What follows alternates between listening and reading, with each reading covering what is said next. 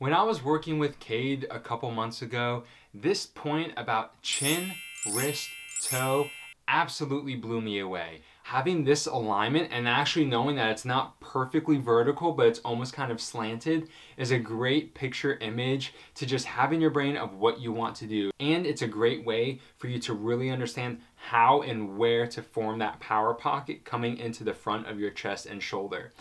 I couldn't believe just how simple it was and really how revolutionary of an idea it is, because it just seemed too good to be true. I mean, being able to line up your chin, wrist, and toe just seemed to make way too much sense, and it's like, how could I have missed it?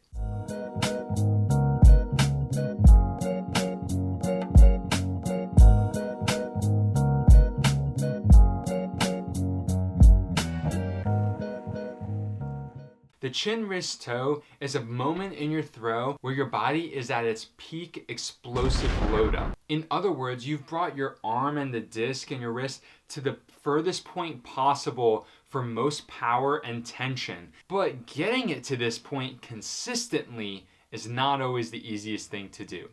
So today we're going to talk about why this is so important and a drill that we can all use to help us improve. CWT means that your chin is over your wrist, which is over your toe. Now, don't misunderstand, this is not supposed to be a vertically straight line. We're supposed to be in line with these 3 points of our body, but it should not be perfectly vertical. We actually want to be a little bit diagonal on this. If we're perfectly vertical, it's inevitable that we're going to leak out of our brace because our body can't contain all that momentum going forward.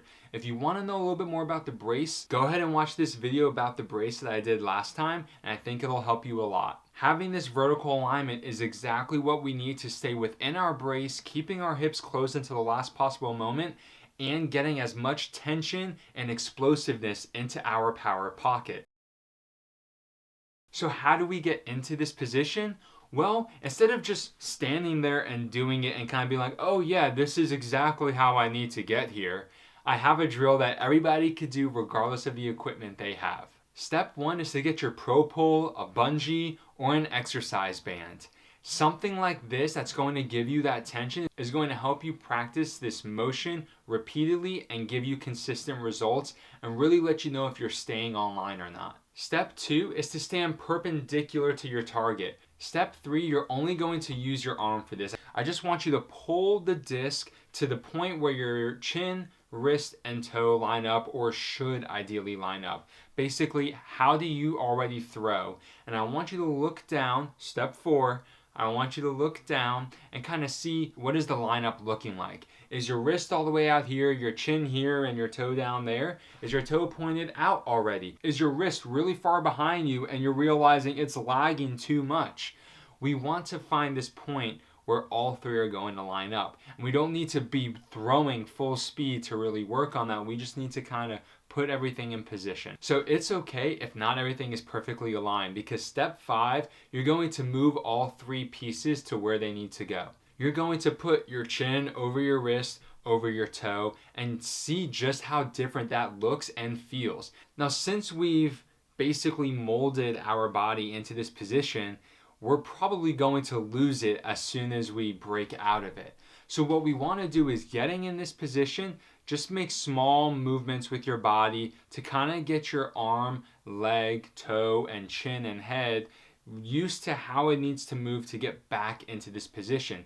So start by just shifting a couple inches between where it needs to be and behind it. And as you get more comfortable with that and you're finding that consistency, you can start going further back. The point of all this is to start to build that sort of muscle memory and replication that we need to kind of override the old muscle memory that we have. And once you find yourself feeling really confident about doing this, it's time to start practicing the throw. So that's going to be step 6. We want to start practicing this and getting into these positions. I strongly recommend that you record yourself 1 throw at a time. It is not beneficial to do this 20, 30, 50, 100 times and then look back at video. And eventually what you'll build up into is full power standstill shots. And then once you feel confident with that, you can move into X step. We want to get this built into our muscle memory doing standstill throws and then work into an X step. Why? Because the moment we add an X step in movement, it's easy to lose timing with this. And so we want to make sure that we have our muscle memory down so that we're not thinking about it when we go into our X step. The most important thing about disc golf is that whether you're putting, throwing a backhand, forehand, approaching, scrambling, whatever it is, you don't actually want to be thinking about your form.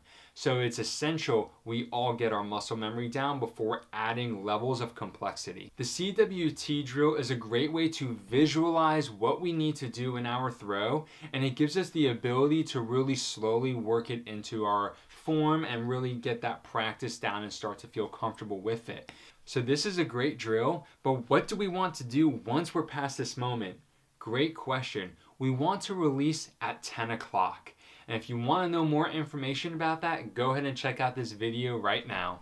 Thank you so much for watching, guys, and until next time, have a great round.